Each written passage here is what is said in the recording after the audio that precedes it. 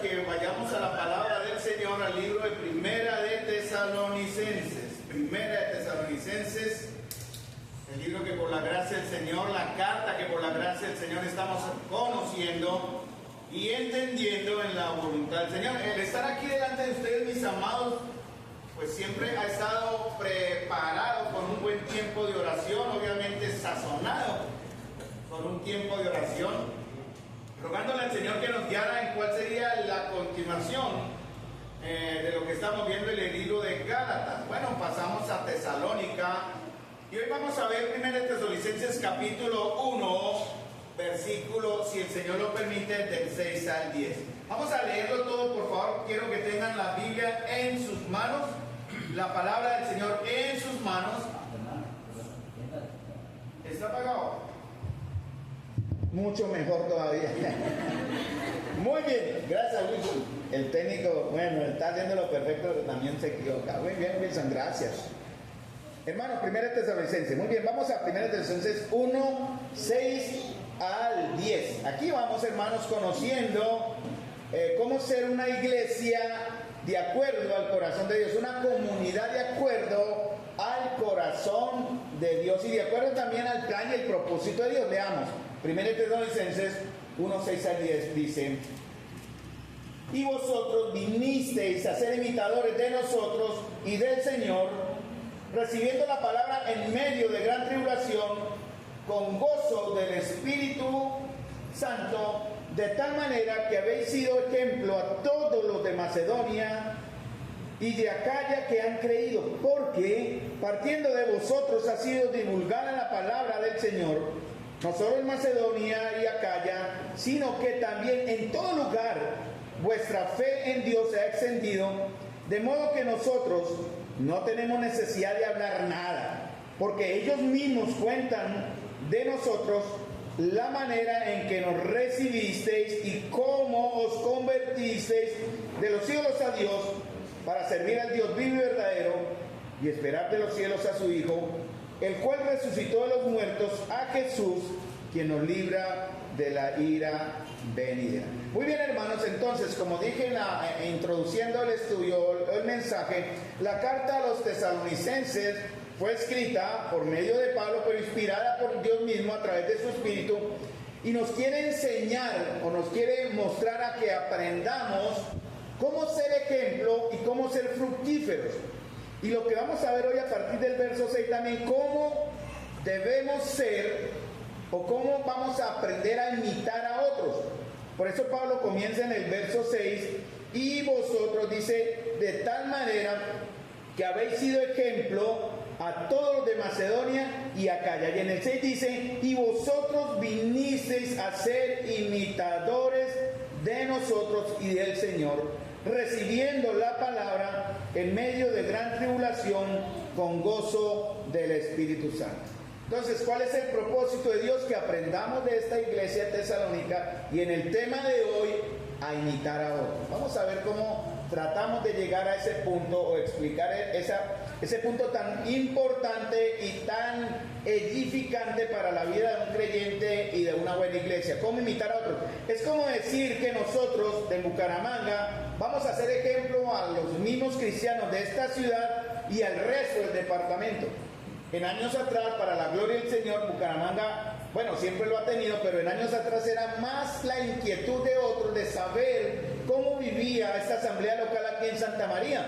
O sea, de qué manera estábamos desarrollándonos y creciendo y fructificando. Bueno, eso dio una manera de entender para mí cuando llegué a ese punto de comprender algo más la carta a los tesalonicenses.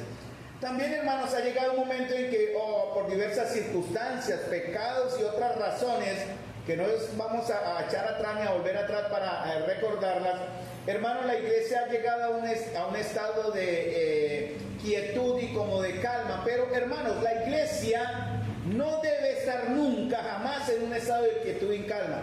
Los primeros cristianos, y como vimos también en Hechos capítulo 17, eran conocidos por aquellos, esos son aquellos que trastornan el mundo. La iglesia del Señor, hermanos, está llamada a trastornar el mundo. Por eso Pablo va a tocar un tema muy interesante que nos va a enseñar, hermanos, cómo trastornar el mundo. Pues obviamente comienza primeramente con nosotros para después llevarlo a otro. La frase habéis sido ejemplo nos dice de Pablo. No lo dice Pedro, no lo dice Pablo, no lo dicen otros escritores de otras iglesias.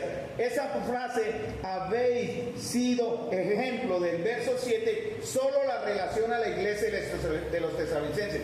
Solo Pablo se lo dice a esa iglesia.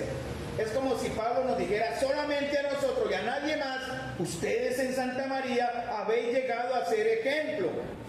Obviamente habían iglesias mucho, digamos, fieles, porque había un tiempo de gran persecución. Tesalónica no era la única iglesia fiel, obviamente, pero recordemos que este es el ejemplo que el Señor está tomando de Tesalónica para mostrarnos a nosotros como iglesia cómo vamos a hacer. Entonces, la carta a los tesalonicenses que usted tiene en sus manos tiene que ver con usted y con nosotros en la totalidad, ¿no? Tiene que ver con cada uno de nosotros, porque el Señor va a espera y quiere que nosotros de manera individual y colectiva seamos ejemplo. Por eso, amados hermanos, hay que amar la iglesia local. Yo no sé ustedes cómo están entendiendo este concepto tan maravilloso de lo que significa estar inmersos o inscritos o siendo participativos de una manera real, vivencial, actualizada, no religiosa, no acartonada, no limitada, sino real y en verdad de una iglesia local. Por eso debemos amar la iglesia local, hermano. ¿Por qué? ¿Por qué debemos amar la iglesia local? Porque la palabra dice que ella es la esposa del Cordero. La palabra de Dios también dice que ha llegado a ser preciosa a los ojos de Jesús. Tanto ustedes, hermanos, nosotros como iglesia, fuimos y llegamos a ser tan amados de Jesús, que dice Efesios 5:25, la amó y se entregó a sí mismo por ella.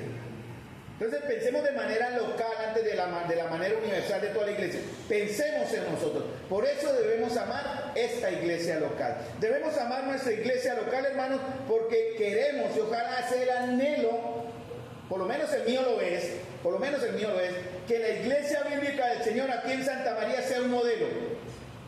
Sea una iglesia, una comunidad digna de imitar o de ser imitada.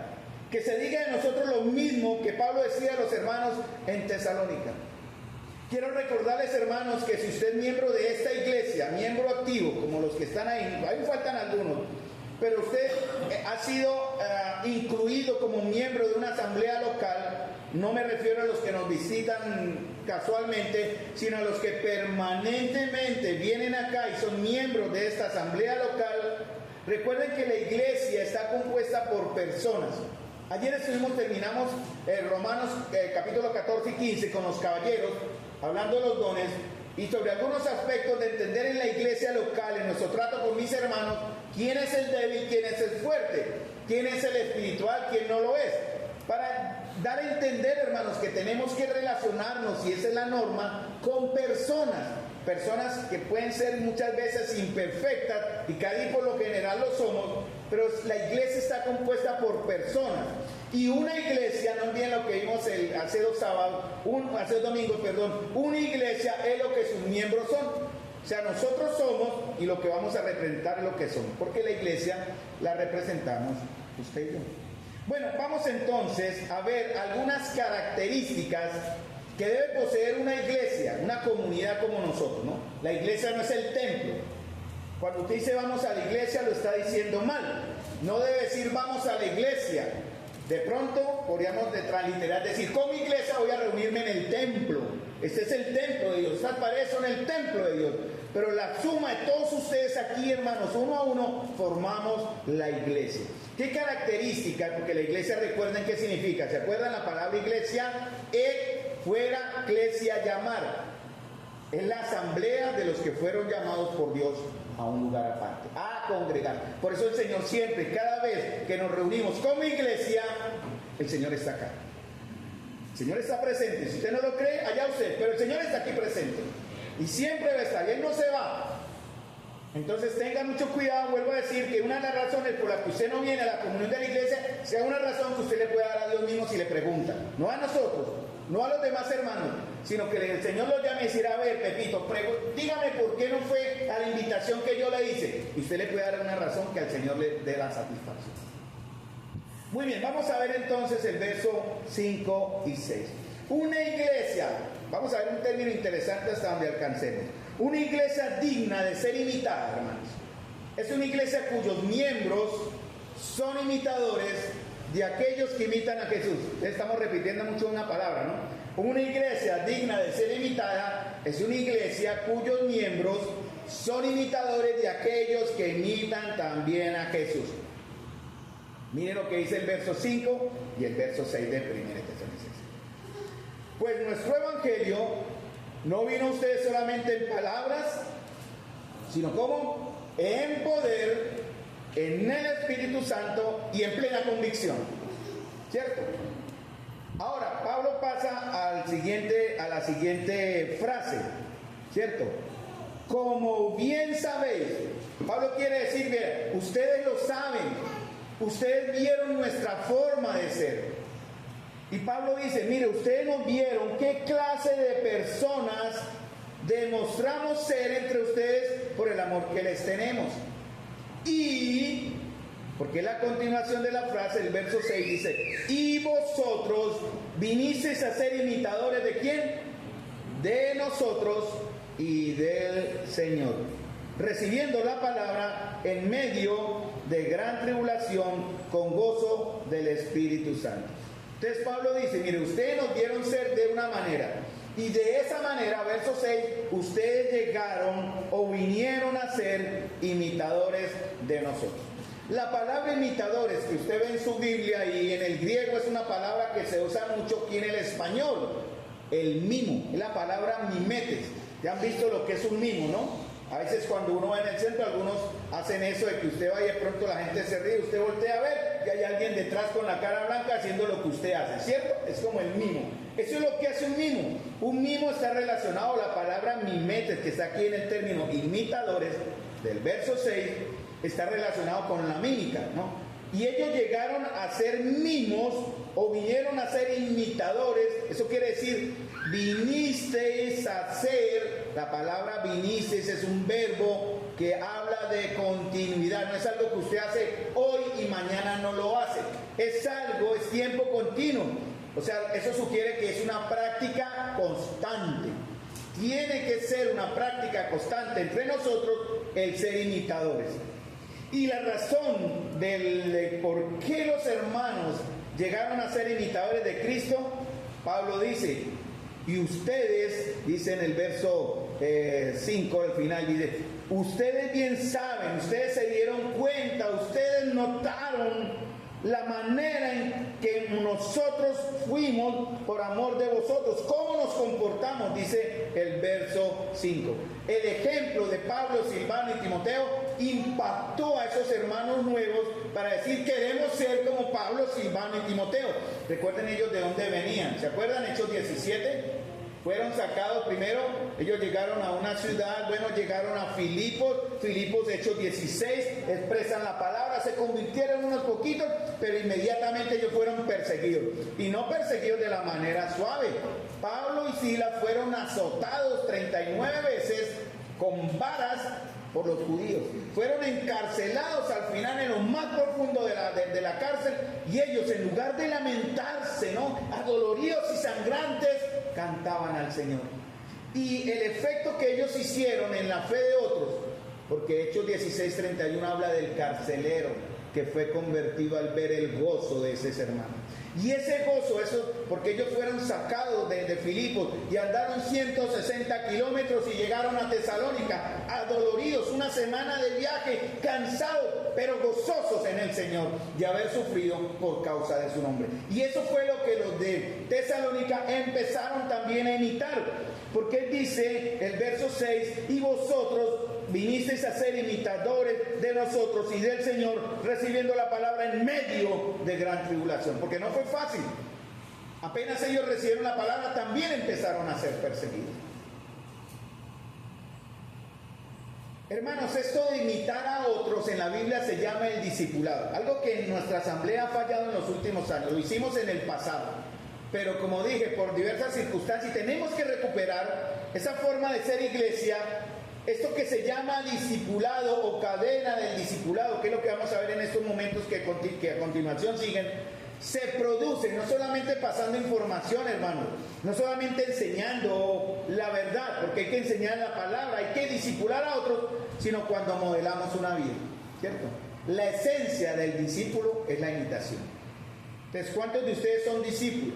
¿A quiénes están ustedes imitando? Son los hombres y mujeres ancianos, maduros de esta congregación. Cuando digo ancianos son hombres maduros, no hablo del cargo de anciano, eso es diferente. Aquí habla de hombres y mujeres ancianos en edad, con madurez, con experiencia, con la vida en Cristo de muchos años, en edad y en madurez, modelos que nuestros jóvenes o los demás hermanos imitan. Ellos anhelan, los más jóvenes que están detrás de nosotros, anhelan servir, prepararse y obedecer, adorar o imitándonos a nosotros. ¿Ustedes qué piensan? Pablo dice, la palabra de Dios dice que nosotros debemos ser imitadores ¿de quién? De Cristo primero, pero Pablo aquí dice, y vosotros vinisteis a ser imitadores de nosotros y de Dios. Primero lo dice acá. ¿Por qué? Claro, Pablo más adelante en Efesios también lo menciona y en otros textos de la Biblia dice, sean imitadores de Cristo como hijos amados en Efesios 5:1. Sean imitadores, pero ¿dónde comienza la imitación para conocer al Maestro? En la vida de quienes ejemplarizan o deben ejemplarizar madurez, consagración, servicio, experiencia, fidelidad, obediencia. Los nuevos creyentes van a comenzar a imitar a Jesús en la medida en que ellos lo ven o ven su carácter a través de otros creyentes más maduros. Y eso debe ser un llamado de atención, mis amados hermanos. Nosotros debemos ser siempre libros abiertos, donde ellos, los más jóvenes en edad y también en experiencia en Cristo o en crecimiento en Cristo, aprendan a imitar a Jesús. Ellos lo van a conocer por las Escrituras, obviamente, todo va a ser equilibrado, pero inicialmente van a empezar a verlo a través de aquellos que modelan a Cristo en sus vidas. Esa es la gran pregunta, hermanos. Como dije, en el Nuevo Testamento, se nos exhorta a imitar a Cristo, pero también se nos dice, imiten a aquellos que son imitadores de Él. Hermanos, tenemos que ser imitadores, o mimos. Pablo dice en 1 Corintios 4:16, escuchen, dice, por tanto os ruego que me imitéis. Luego dice en 1 Corintios 11:1, en la misma carta, sed imitadores de mí, así como yo de Cristo. Porque el modelo por excelencia es Cristo, no el hombre, ¿no? Si ustedes toman como modelo un hombre, se van a equivocar. Tómenlo para imitar lo bueno y no lo malo. Pablo había dado ejemplo de esa persona o de la persona y el carácter de Cristo por medio de él. Pero ¿quién era Pablo, hermanos? Pablo no era un superhombre. Pablo era un hombre. Romanos capítulo 7 habla de sus debilidades, de lo que él quería hacer y no podía, de lo que estaba en mi corazón y en mi espíritu hacer, pero mi carne no me dejaba. Era un hombre sujeto también a pasiones, como él dice que fue Elías. Santiago dice que fue Elías, que sin embargo oró y se sostuvo la lluvia, se impidió la lluvia por 3 años. Era un hombre sujeto a pasiones, a debilidades. Pero ¿saben cuál es la gran ventaja entre él y nosotros? La igualdad. Él tiene o él tenía el mismo Salvador que nosotros tenemos. Él fue regenerado por el mismo Espíritu que nosotros nos regeneró. Él fue habitado por el mismo Espíritu de los que hoy estamos acá. Entonces no hay diferencia, ¿cierto? Los hombres y mujeres maduros de la iglesia no solamente enseñamos con nuestras palabras, sino también con nuestro ejemplo. Por ejemplo, Pablo le dijo a Timoteo, un joven, recuerden que lo sacó de Derbe, ¿no? Cuando Marcos abandonó el equipo misionero, y Pablo completó el equipo con un joven llamado Timoteo. ¿Cuáles son nuestros Timoteos aquí en la iglesia? Yo podría nombrar algunos, pero esos Timoteos están aprendiendo de los Pablos que están al frente. Ayer hablábamos eso con caballeros, de esa gran responsabilidad. Pablo le dijo a Timoteo, vea, ninguno tenga en poco tu juventud, sino sé ejemplo. Es un imperativo, es una orden, ¿no? Él no era, si hoy amanece, si hoy quiere, Timoteo de ejemplo, no, siempre tiene que dar ejemplo. Y le dijo a Timoteo, sé ejemplo de los creyentes, ¿en qué? Palabra, conducta, espíritu, amor, fe y pureza. Hermanos, también dijo Tito, hablándole a Tito, ¿no? Pablo le dice a Tito, exhorta a sí mismo a los jóvenes que sean prudentes, presentándote tú en todo como ejemplo de buenas obras, en enseñanza, mostrando integridad y seriedad. Una de las cosas que a mí me preocupan mucho es el ejemplo que yo doy.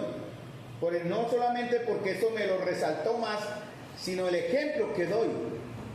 Por la gracia de Dios se ostenta un cargo, pero el cargo tiene que ir representado, tiene que ir respaldado por algo. No solamente un nombre o un título, hermanos. Hay que respaldar ese título, entre comillas, que es bíblico y que está acá en la palabra, con los hechos y con algo que otros imiten de nosotros. Se ve la fidelidad en el liderazgo, se ve el amor del liderazgo, se ve la entrega del liderazgo, se ve la obediencia del liderazgo, se ve la santidad del liderazgo, hermanos. Se ve la preparación del liderazgo, porque eso también lo hablamos con los caballeros. ¿Qué necesario es estar preparados? ¿Cuán necesario es estar preparados? En Filipenses 3:17, Pablo le dice a los hermanos, hermanos, sean imitadores de mí. Y dice, Filipenses 3:17 para los que están anotando, hermanos, sed imitadores de mí y miren a los que así se conducen según el ejemplo que tenéis de nosotros. ¿Qué ven los demás en nosotros? ¿Qué ven los jóvenes en nosotros? ¿Qué ven los nuevos en Cristo? Ya en la comunión en total. En Tito, capítulo 2, versículos 3 al 5, Pablo le habla por igual a hombres y mujeres, pero él dice algo, dice, las ancianas, Tito 2, 3, 5, sean asimismo reverentes en su porte. Hermanas, eso es para ustedes. No calumniadoras, no esclavas del vino, mamás y maestras y hermanas maduras de esta congregación. Y hablo maduras es que ustedes ya conocen a Cristo. No hablamos de la madurez de que saben toda la Biblia, pero ustedes ya tienen que mostrar un carácter por sus años que la lleve a cumplir lo que dice Tito 2, 3 al 5. Las ancianas a sí mismos sean reverentes en su porte, no calumniadoras, no esclavas de pasiones o esclavas del vino, que aquí es específico, pero dice sí, sean que maestras del bien, que enseñen. Y la palabra enseñar aquí en griego es enseñen con obras, o sea, con ejemplos, no solamente con palabras. A las mujeres jóvenes que a amar a sus maridos y a sus hijos, a ser prudentes, castas, cuidadosas de su casa, buenas y sujetas a sus maridos. ¿Para qué?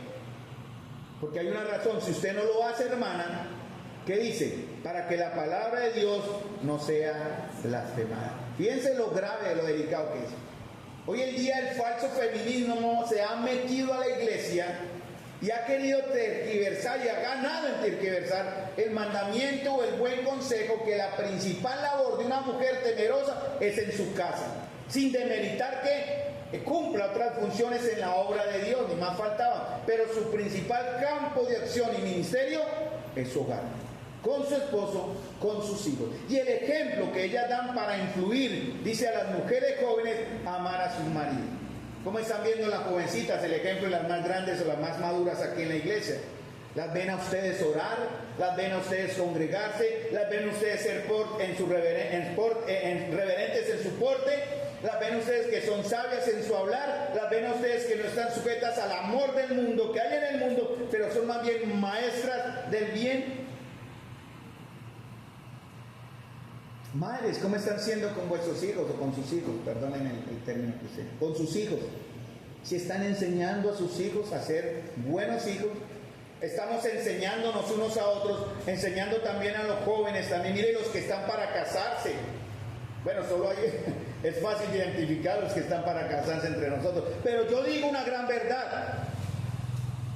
Y no voy a dar nombre, pero ustedes ya saben quiénes son. Si esta pareja no está desarrollando de ahora ese concepto maravilloso de ser ella el aporte, la ayuda idónea al varón y el varón ser el proveedor emocional, el proveedor espiritual y el proveedor material de esa mujer, si no lo está haciendo ahora, mejor ni se casen. No se casen, no lo hagan, porque el varón tiene que estar cumpliendo esas labores desde ya. Si no lo hace ahora, no lo hará casado, créanme. Y va a ser un problema para ese matrimonio. No queremos eso, porque eso puede llevar a que se deshonre la palabra de Dios. También dice en Tito, habla de un término que se ha descuidado mucho, y por eso habla del feminismo, es la castidad. Ayer hablamos algo con caballeros sobre la castidad o el porte en el vestuario del hombre y de la mujer. Eso es un concepto que se ha perdido en la iglesia, hermanos. No se imitan esa castidad, no se imita, hermanos. ¿Cómo están ustedes permitiendo, varones y hermanas, que sus hijos y hijas se vistan? ¿Cómo están permitiendo que ellas y ellos, hablando de esos jovencitos, se comporten en la iglesia?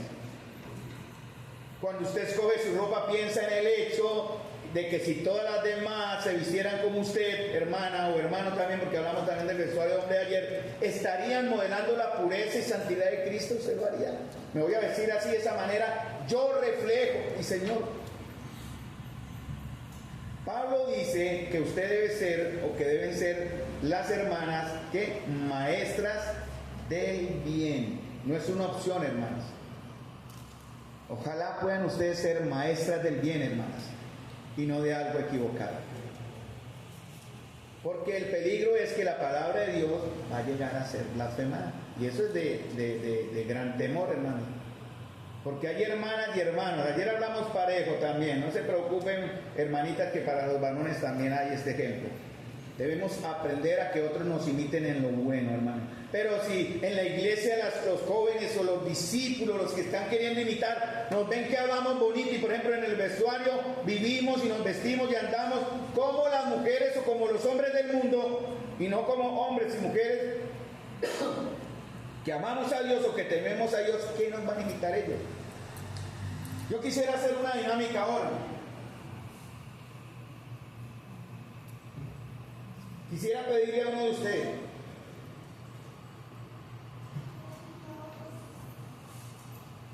que se ponga en pie y públicamente diga qué puede, miren la dinámica, y voy a aclarar de una vez, mejor no lo hagan para no pasar vergüenza. Yo podría señalar a uno, Wilson, pónganse en pie, y el ejemplo, no lo va a hacer, obviamente es un ejemplo, Wilson, no se me preocupe, pero le diría, Wilson, dígame públicamente qué pueden los demás imitar de él, así como él imita a Cristo. Y Wilson tendría que levantar y decir, yo creo que los demás pueden imitar de mí esto y esto y esto y esto. ¿Sería Wilson capaz de decirlo delante de la congregación? ¿Cierto? Vamos a dejarlo así, ¿no? Nombre a algunas personas, Wilson, de la iglesia, a los cuales también usted imita. ¿Estamos imitando, hermanos? Porque aunque la persona que yo imito es una persona imperfecta, sujeta también a debilidades, se ve que es una persona que también trata de imitar a Jesús. ¿A quién estamos imitando aquí en la iglesia? Yo podría dar nombres. Mi esposa me dijo que no lo hiciera. Pero yo tengo nombres de personas a las cuales imito. No voy a decirlo. Después de pronto en un momento de manera privada lo diga. No fallen. Y si fallan, yo volteo mi mirada para otro lado. Porque ustedes pueden fallar. Pero hay algunos de ustedes, no todos, a los cuales yo, Carlos, estoy imitando. Entonces piensen, yo, no sé los demás conmigo, los demás los unos a los otros. Hermano, porque no hay que ser perfecto para ser ejemplo. No hay excusa para no ser ejemplo. Y los hermanos de Tesalónica eran personas comunes y corrientes, pero llegaron a ser ejemplo, ¿cierto? Dice en el verso 7, cuando ellos empezaron a imitar a Pablo y de Pablo al Señor, en medio de pruebas, porque no fue fácil, ellos tenían una motivación interna, dice, con gozo del Espíritu Santo, verso 6. De tal manera, porque eso fue lo que los llevó, que habéis sido ejemplo a todos de Macedonia y de Acaya que han creído, o sea, los mismos hermanos. Hermanos, otra cosa, no solamente vamos a imitar a otros, sino también tenemos que desarrollar un espíritu imitable, o enseñable más bien. Porque si entendemos que nuestros modelos pueden pecar, tienen que ser corregidos. Pero ¿cómo vamos a ver que ellos son enseñables? Porque ellos aceptan que han cometido un error y también se arrepienten. Y ellos van a llegar, yo no me incluyo ahí, quiero incluirme, pero para no sonar pretencioso, hablo en segunda persona. Y ellos, ¿verdad? Cuando en medio de la corrección reaccionan de manera correcta y piadosa a sus errores, piden perdón a quienes han lastimado, modelan así la vida de otros en una vida de arrepentimiento. ¿Me entienden la idea, cierto? Yo sé que hay algunos de ustedes que todavía tienen en su corazón cosas con algunas personas. Eso lo sé por el servicio que prestamos. Yo les pido en el nombre del Señor que perdonen ya. Limpien su corazón, sanen su corazón.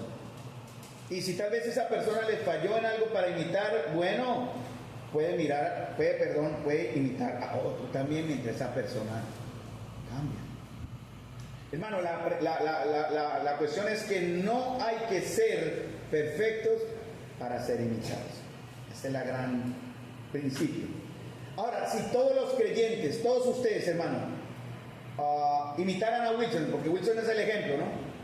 Si todos los creyentes de la iglesia imitaran a Wilson, o lo imitaran a usted en algún momento, ¿cómo sería la iglesia? ¿Cómo creen que sería la iglesia?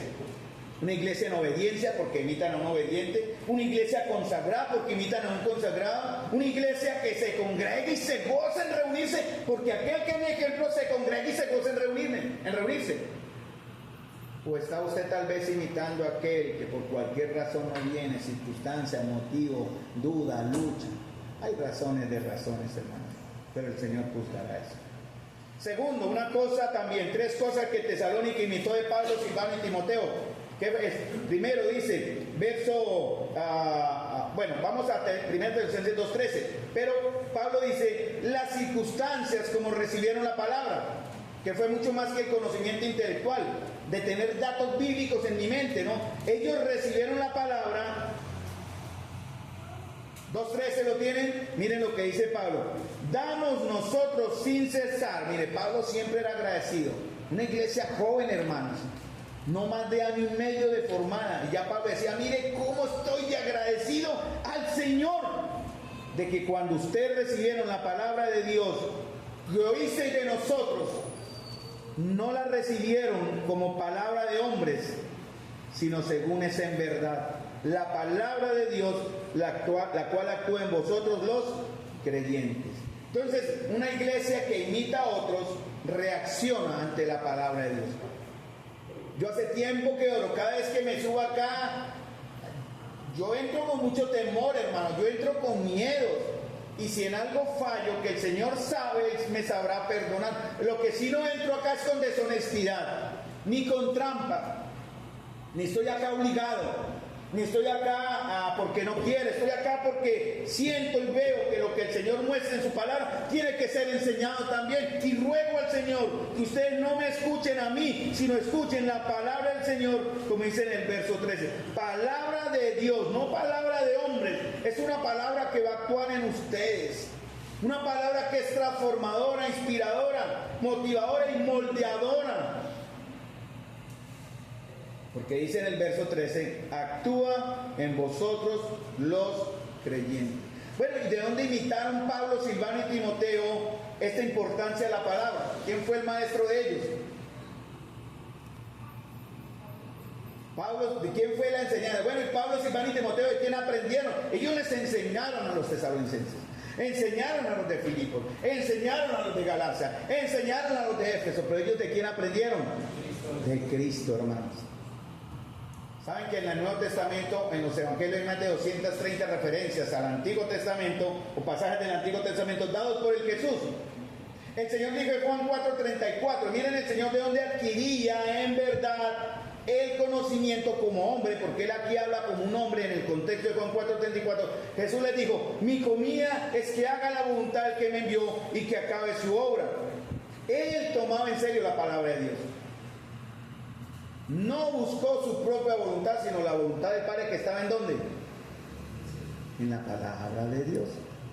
¿Dónde conocí entonces Jesús y adquiría Jesús la voluntad de Dios? En la palabra de Dios. ¿Se acuerdan cuando fue tentado en el desierto después de estar 40 días en ayuno y llegó paró y el enemigo atacándolo? Y él en lugar de, claro, otro lo haría, no, pero es que esto es que yo miro. Él fue, escrito está. ¿Cierto? ¿Se acuerdan? Escrito está, escrito está, escrito está. Porque él conocía, hermano, y vivía la palabra de Dios. ¿Perciben ustedes, hermanos, en aquellos que están imitando, o los unos a los otros, que las escrituras, hermanos, son en verdad más? ¿Ama usted lo que tiene ahí en su regazo? ¿O es simplemente el librito que usted pone en la mesita abierto en el Salmo 91? Como he visto en algunos lugares. ¿Aman usted de verdad? ¿La anhela, hermano? Esta palabra que tiene usted en su regazo como la palabra de Dios. Eso es lo que hacía Jesús en verdad. ¿O es usted de aquellos que cuando está escuchando esta palabra como ahora, y seguramente, espero que no, pero tal vez sí alguien esté pensando, esto no es para mí, es para él? O de pronto usted le está haciendo a su esposo ahí pellizcando, ¿no? Dígale, eso es para usted. No, hermanos. El Señor quiere hablarle a usted directamente, al que me está mirando acá, es a usted. Porque muchas veces caemos en el error de decir, siempre es para otro, menos para mí. ¿Y cómo recibieron ellos la palabra del Señor, hermanos? En el verso 13 de 2 Tesalonicenses. En el verso 6 de 1 Tesalonicenses, capítulo 1. ¿Cómo recibieron ellos? ¿De qué manera? Con gozo. Gozo, hermanos. Y ese gozo venía directamente de Dios. No era la alegría de escuchar un buen mensaje y unas palabras que me llenaron. No, hermanos, ellos entendían, esto viene directamente de Dios. Y por eso ellos tenían gozo del Espíritu a pesar del sufrimiento que les trajo después. De este modo imitaron al Pablo y también al Señor en el sufrimiento. Porque, hermanos, les digo una verdad, cuando hablamos la palabra de Dios, el mundo no nos va a abrazar. Cuando usted expresa la palabra de Dios, el mundo no va a decir, bien, bueno, está perfecto, muy bonito. No, hermanos, ellos van a atacarle, ellos van a rechazarle, porque usted está siendo heraldo de la palabra de Dios.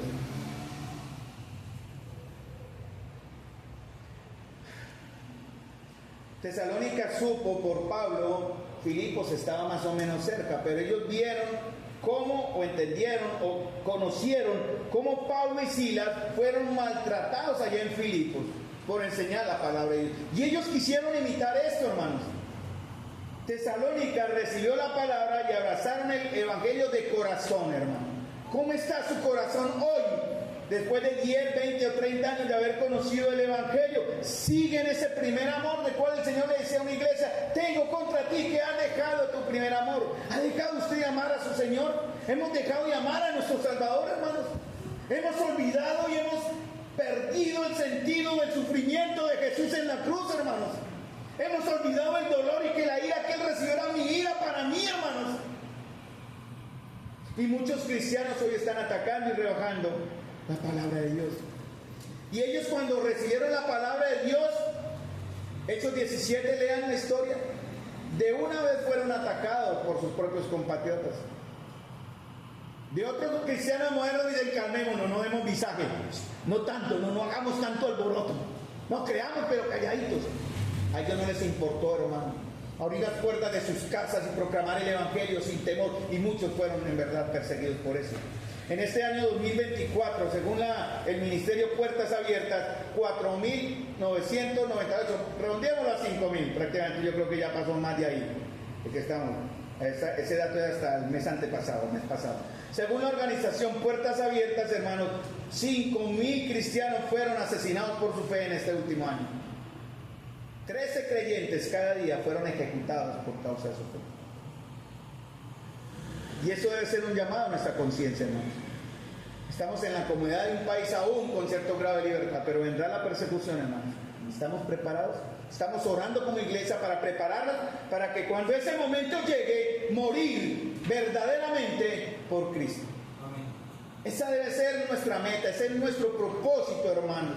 Y nuestra esperanza, cuando venga el ángel de la muerte no me va a llevar a mí, hermanos.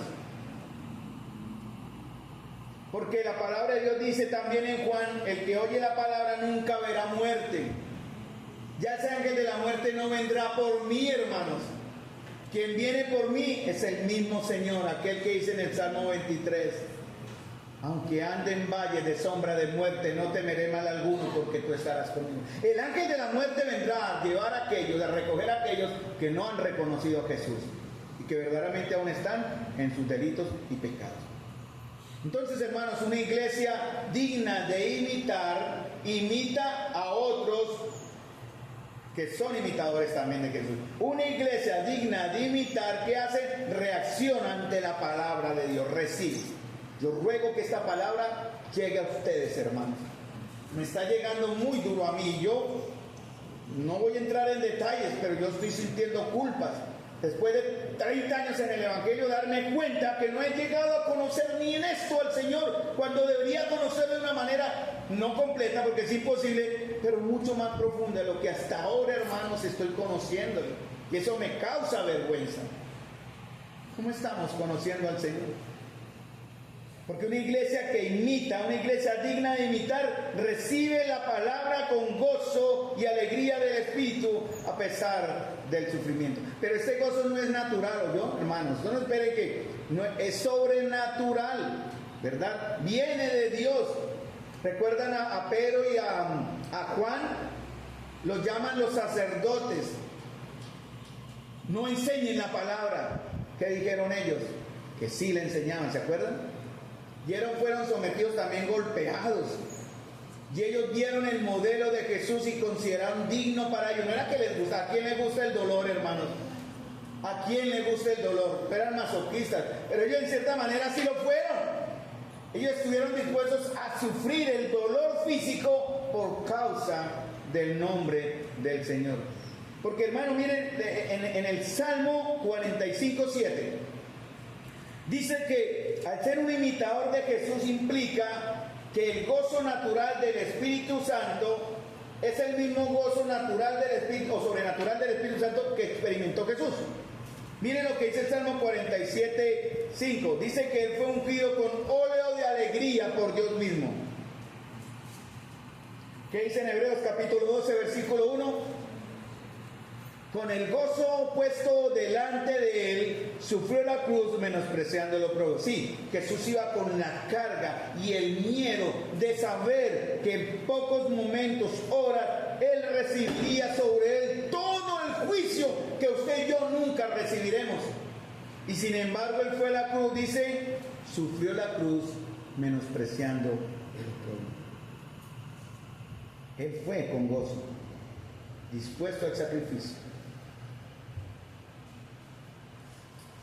En Hechos 5:40-41, aquí lo que les acabé de mencionar de Juan y Pedro, y convinieron con él y llamando a los apóstoles, lo que acabé de decirles del concilio, después de azotarlos, les asustaron, les intimaron que no hablasen en el nombre de Jesús y los pusieron en libertad. Y ellos salieron de la presencia del Señor gozosos de haber sido tenidos por dignos de padecer afrenta por causa del nombre de Jesús. Y estamos hablando de unos meses después de que estos cobardes le abandonaron. ¿Se acuerdan que en Getsemaní todos salieron huyendo y escondiéndose? Y el más cercano a él le negó. Sin embargo, ellos en Pentecostés, 50 días después, fueron transformados. Y para ellos era un gozo, una alegría, un privilegio sufrir por el nombre del Señor. ¿Saben otra cosa que imitaron los de Tesalónica? Miren 2 Corintios 8:1 y 2, perdón. Ellos imitaron también a Pablo y por el poder y por la obra de Dios en ellos dice: asimismo, hermanos, os hacemos saber la gracia de Dios que se ha dado a las iglesias de Macedonia, que en grande prueba de tribulación o en persecución, que dice la abundancia de su gozo y de su profunda pobreza, abundaron en riqueza de su generosidad. ¿Sí leyeron ahí? Ellos estaban siendo perseguidos, pero vieron la necesidad en Jerusalén. ¿Y qué hicieron ellos? ¿Qué habla 2 Corintios? Que ellos ofrendaron para la necesidad. Para ellos no era importante ser ricos para dar y ser generosos, porque no lo eran, hermanos. Usted tal vez tenga toda la plata del mundo, hermano, pero si esa plata la usa, usted no va a ir al entierro con su plata en el banco. El Señor se la ha entregado para que la use para su gloria. Usted verá cómo la usa. No hay que ser rico para hospedar, no hay que ser rico para hacer el bien, no hay que ser rico para dar y ser generoso. Esos hermanos eran pobres y en medio de su persecución, en lugar de autocompadecerse, miraron qué les faltaba a los hermanos de Judea para ayudarlos con lo que ellos sentían, con lo que ellos tenían, perdón. Porque nosotros somos muy egoístas, hermanos, en ser generosos. Somos limitados y pobres en eso. Pero tenemos que imitar a los hermanos de Tesalónica, siendo que abundantes en generosidad. Hermanos, la tendencia hoy día en muchos creyentes es la autoconmiseración. Es algo con lo que se lucha. Muchos creyentes han olvidado lo que son y para dónde van. Y siempre se están quejando por falencias, bueno, por salud, obviamente causa dolor e incertidumbre, una enfermedad o la pérdida de alguien, es verdad. Pero eso se ha vuelto una norma entre muchos creyentes. Ya no se caracteriza o ya no nos caracterizamos por ser gozosos y en verdad hombres y mujeres de fe. Porque hemos olvidado para dónde vamos. Muchos han perdido la esperanza y por eso hablan de una manera tan pobre y tan oscura. Y en lugar de poner sus ojos arriba hacia donde vamos, hermanos, solo miran horizontalmente lo que es terrenal humano. Porque una iglesia digna de imitar, cuando usted tiene su mirada en aquella esperanza, hermanos, miren lo que dice 1 Tesalonicenses 1, 7 y 8. ¿Qué hace la iglesia? Una iglesia que imita a otro, y como en Tesalónica. ¿Qué hicieron ellos? Versículo 7, versículo 8. De tal manera que habéis sido ejemplo de todos los de Macedonia y de Acaya que han creído. ¿Por qué? ¿Qué hicieron ellos? El por qué da la razón, porque ellos eran ejemplo. ¿Por qué? Dice, partiendo de vosotros, ¿qué pasó? Ha sido divulgada la palabra del Señor, no solo en Macedonia y Acaya, sino también en todo lugar. Vuestra fe en Dios se ha extendido. Pablo habla mucho de esta frase, palabra de Dios, palabra de Cristo, pero en Tesalonicenses solo usa, en ninguna otra parte de la Biblia Pablo usa la palabra del Señor. ¿Sí me entienden? Solo usa aquí en 1 Tesalonicenses 1 y en 2 Tesalonicenses 3:1 la frase palabra del Señor. Pablo usa otros términos también, palabra de Dios, palabra de Cristo, pero solo en Tesalónica aplica palabra del Señor. Y eso tiene que ver cómo se debe expresar el Evangelio en la palabra del Señor, tanto en el Antiguo como en el Nuevo. Y él dice algo muy hermoso, hermanos, que hemos olvidado ser como iglesia. Yo lo sé, por eso lo exhorto ahora. Dice de tal manera, dice, porque partiendo de vosotros ha sido divulgada. En la Biblia latinoamericana dice, ha resonado la palabra de Dios. La palabra resonar o divulgar, que está en el griego, es exequeo. Divido la palabra. La palabra exequeo es sonar como trompeta.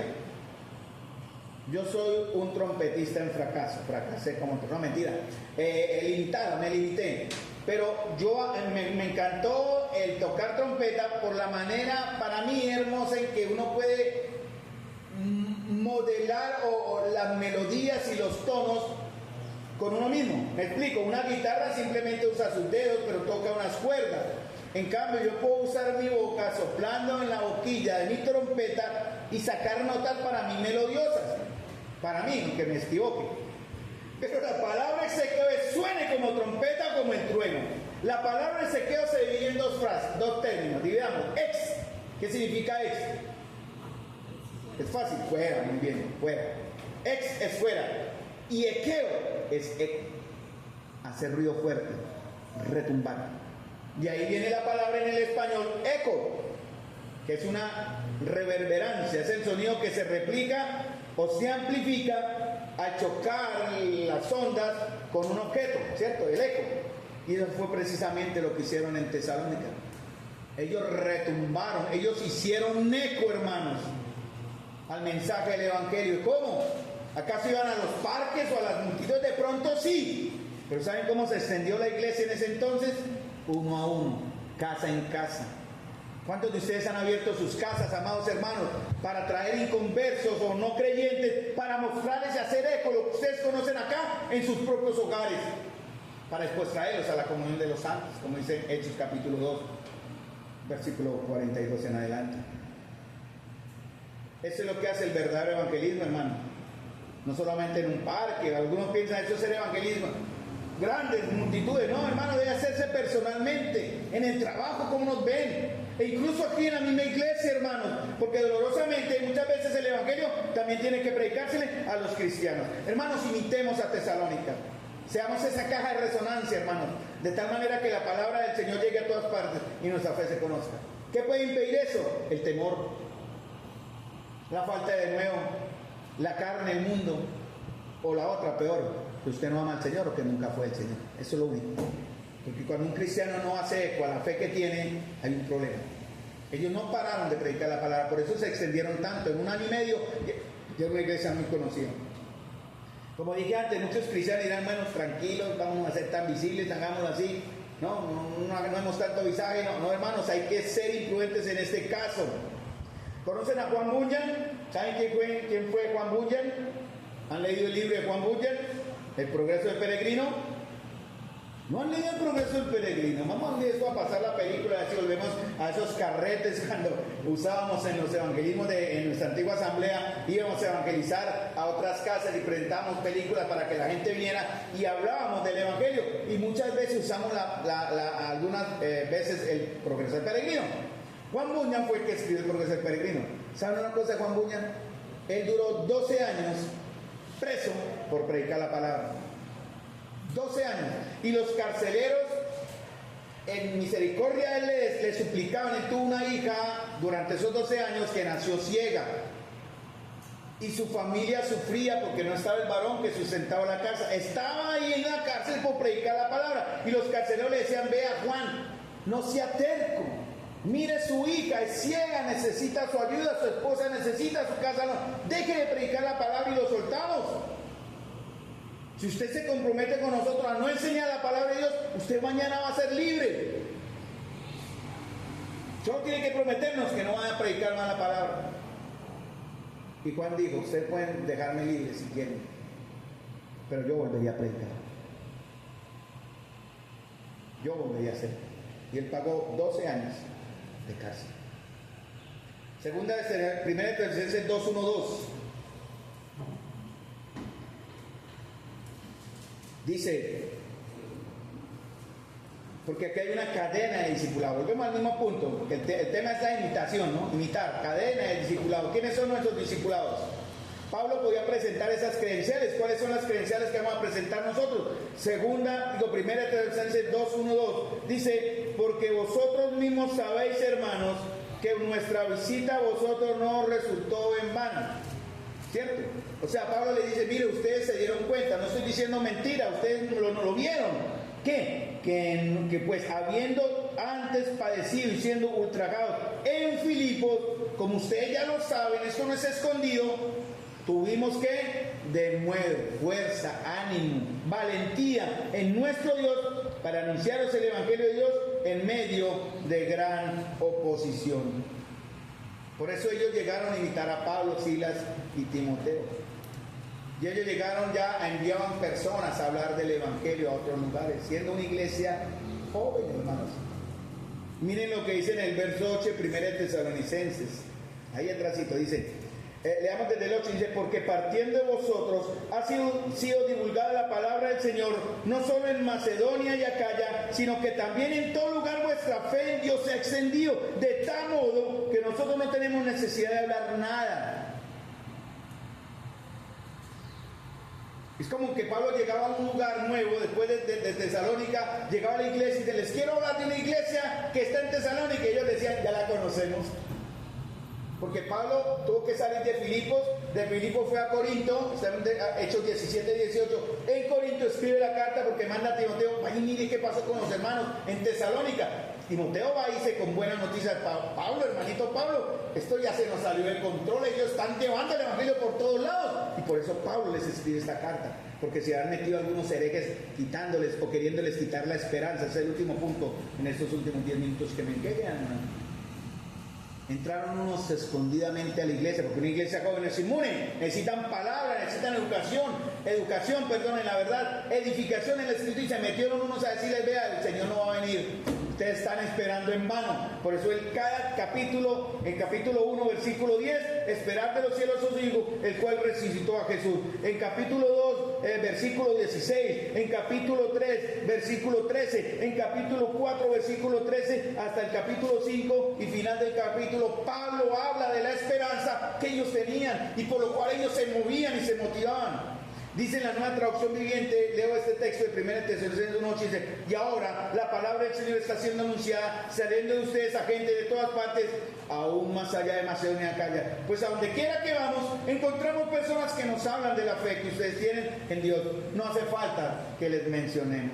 Hermanos, ¿cómo somos conocidos? ¿Cómo creen que nos ven otras asambleas? La semana pasada tuvimos una visita de unos hermanos por 2 días, aquí los atendimos, que venían del retiro de caballeros. Y ellos pudieron expresar algunas situaciones, bueno, igual, no voy a ser específico, pero ellos, ¿cómo son ustedes? Y yo soy honesto, yo les dije, somos así, así funcionamos, así vivimos como iglesia. Y yo vi en la cara del hermano que me estaba comentando o preguntando esa información, un gesto de tristeza, desespero, llamémoslo así, porque él decía: hermano, cuánta falta nos hace. Y no digo, porque yo no hablé que fuéramos perfectos, quiero aclarar eso, ¿no? Él me dijo: ¿cómo son ustedes? Yo dije la verdad, yo no voy a fingir porque eso se ve, tampoco vamos a inventar cosas. Pero el hermano me dijo: cuánto quisieran, en cierta manera, se fue el día, poder ser algo de lo que ustedes son, porque ellos están en un proceso como el que vimos nosotros hace unos años, así como de quietud hacia atrás, ¿no? Hermanos, ¿cómo somos conocidos? Porque muchas veces olvidamos que el mensaje que existe, que es el Evangelio, es un mensaje glorioso, hermanos. Es un mensaje de locura, pero es un mensaje poderoso para salvación. Es un mensaje de vida, muerte. Porque, hermanos, tenemos un Salvador que vale la pena ser proclamado. Por eso debemos ser esa caja de resonancia, hermanos, para que el Señor nos dé la oportunidad de predicar el Evangelio. ¿Por qué siguen amando el mundo? ¿Por qué siguen luchando ustedes con su carne, hermanos? ¿Por qué seguimos? Me incluyo también, hay varios aspectos que estamos en lo personal trabajando también. ¿Por qué aún nos limitamos a esto? ¿Por qué no amamos al Señor como Él debe ser amado, hermanos? ¿No entienden lo que Él significa? Su santidad, hermanos, está tan lejos de nosotros. Nadie se puede acercar a Él. Sin embargo, Él me acercó. Él me amó, me acercó, me escogió, me dio la palabra, me salvó.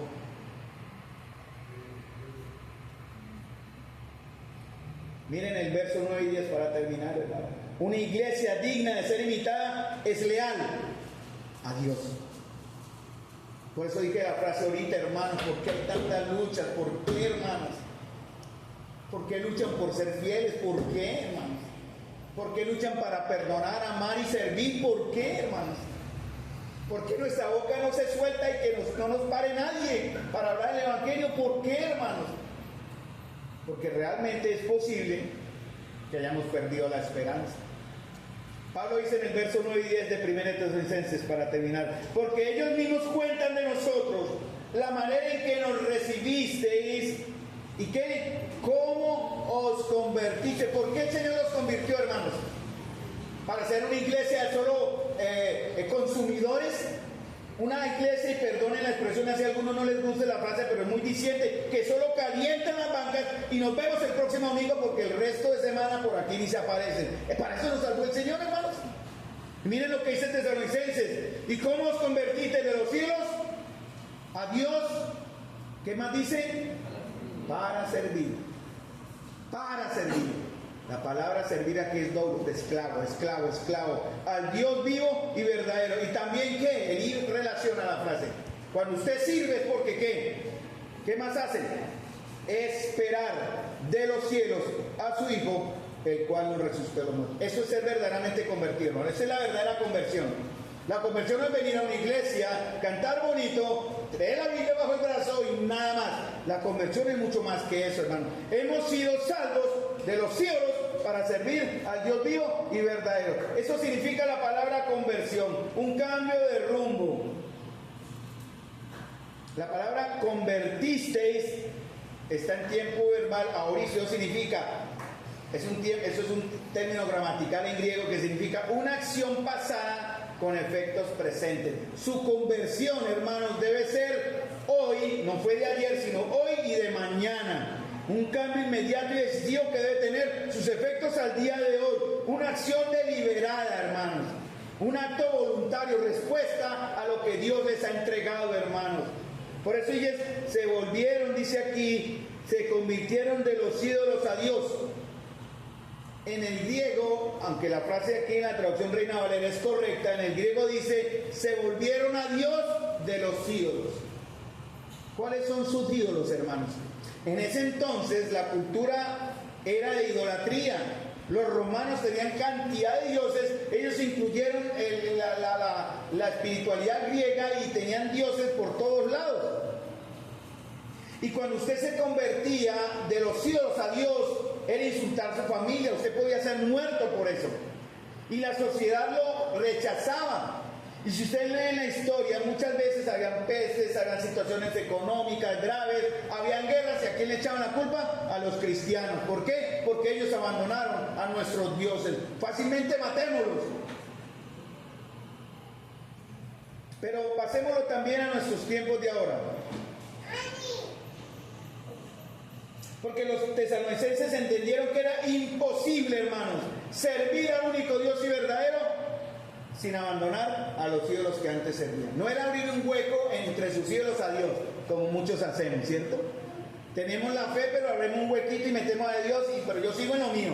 Mi trabajo, mi familia, mis hijos, mi educación, mi esposa, mi novia, bueno, hay muchas cosas que pueden ser ídolos, sin llamar malas algunas de ellas, pero si se vuelven o quitan a Dios del lugar que le corresponde, se vuelve un ídolo. Hermanos, y el Señor a eso no lo acepta. ¿Por qué Jesús no acepta eso?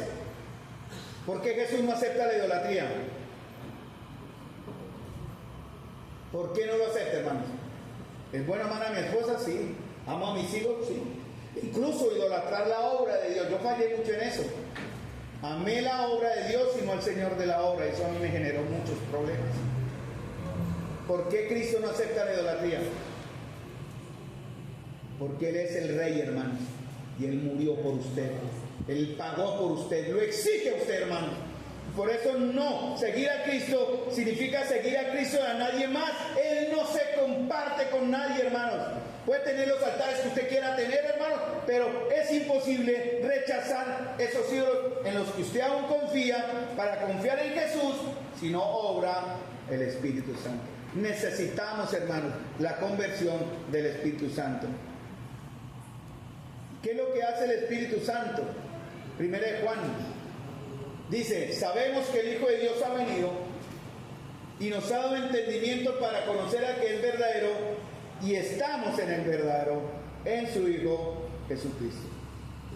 ¿Cuál es el ídolo que usted tiene que dejar o tenemos que dejar, hermanos? Comodidad, posición, moda, música, amigos, esposos, hijos, familia.